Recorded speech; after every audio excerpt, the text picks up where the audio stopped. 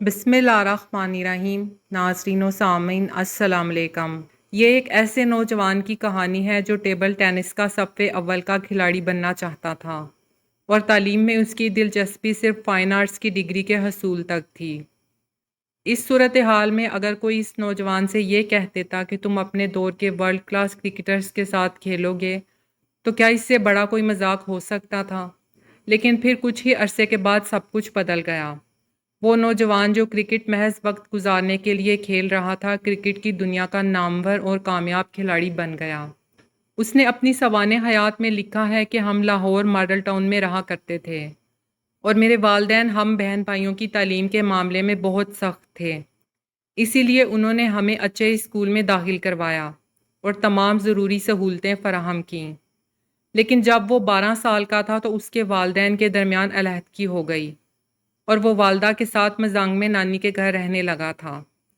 وہ لکھتا ہے کہ میں اپنے اسکول میں تمام کھیل کھیلا کرتا تھا، لیکن 9ویں جماعت تک پہنچتے پہنچتے میرا رجحان کرکٹ کی طرف بہت زیادہ ہو گیا تھا۔ 3 جون 1966 کو پیدا ہونے والے اس نامور پاکستانی کھلاڑی کو دنیا کا بہترین لیفٹ آرم فاسٹ بالر کہا جاتا ہے، لیکن جب اس کے ابتدائی دور پر نظر ڈالی جائے تو گمنامی سے اچانک شہرت کی بلندی پر پہنچنے کی یہ کہانی انتہائی حیران کن معلوم ہوتی ہے۔ ہم بات کر رہے ہیں پاکستانی کرکٹ لیجنڈ اور سوئنگ کے سلطان وسیم اکرم کی۔ وسیم اکرم بتاتے ہیں کہ میں شوقیہ ٹینس کی گیند سے کھیلا کرتا تھا۔ کرکٹر خالد محمود مزنگ میں ہمارے محلے میں رہتے تھے اور وہ کسٹمز کی طرف سے فرسٹ کلاس کرکٹ کھیلا کرتے تھے۔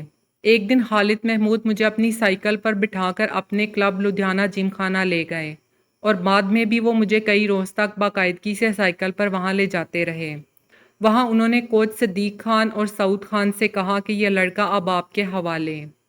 وسیم اکرم نے بتایا کہ جب میٹرک کے بعد کالج میں داخلے کا وقت آیا تو میرے نمبر اچھے نہیں تھے، لیکن چونکہ کرکٹ اچھی کھیلنے لگ گیا تھا لہٰذا مجھے کوچ صدیق خان نے مشورہ دیا کہ تم اسلامیہ کالج سول لائنز میں داخلہ لو کیونکہ اس کی کرکٹ ٹیم اچھی ہے۔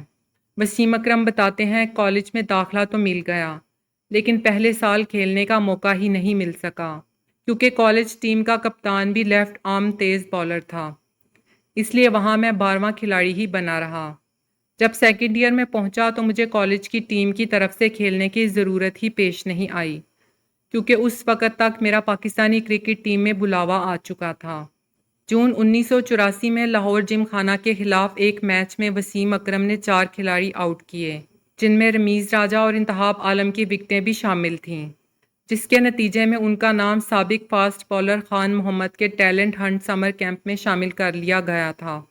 وسیم اکرم کہتے ہیں کہ میچ سے ایک روز پہلے کپتان جاوید میاں داد نے مجھے بتایا کہ تم صبح میچ کھیل رہے ہو۔ وسیم اکرم کہتے ہیں ایک 18 سالہ نوجوان کے لیے صرف ایک نیٹ سیشن کی بولنگ کی بنیاد پر فرسٹ کلاس میچ کھیلنا حیران کن تھا۔ میں ٹیسٹ کرکٹ بھی کھیلنا چاہتا تھا۔ جب پاکستانی ٹیم کے نیوزی لینڈ کے دورے کا وقت آیا تو مجھے ٹیم کے کیمپ میں بلایا گیا۔ میری حیرت کی انتہا نہ رہی جب مجھے پتا چلا کہ جاوید میاں داد مجھے نیوزی لینڈ کے دورے کے لیے ٹیم میں دیکھنا چاہتے تھے اور انہوں نے یہ بات چیف سلیکٹر پر واضح کر دی تھی کہ انہیں ہر حال میں وسیم اکرم چاہیے۔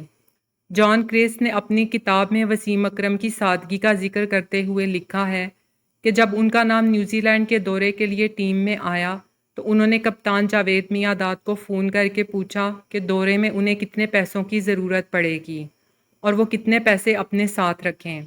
میاں داد نے کہا لگایا اور کہا کہ $50,000۔